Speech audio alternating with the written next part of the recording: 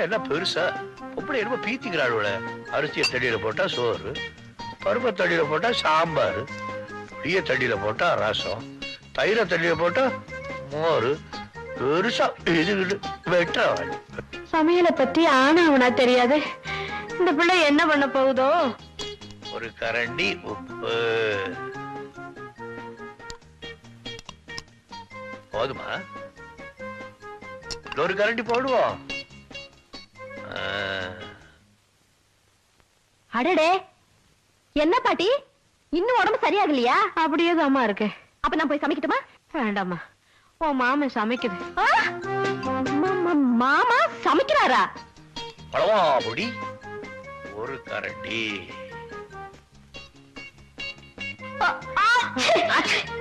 ஒரு கரண்டி போதுமா?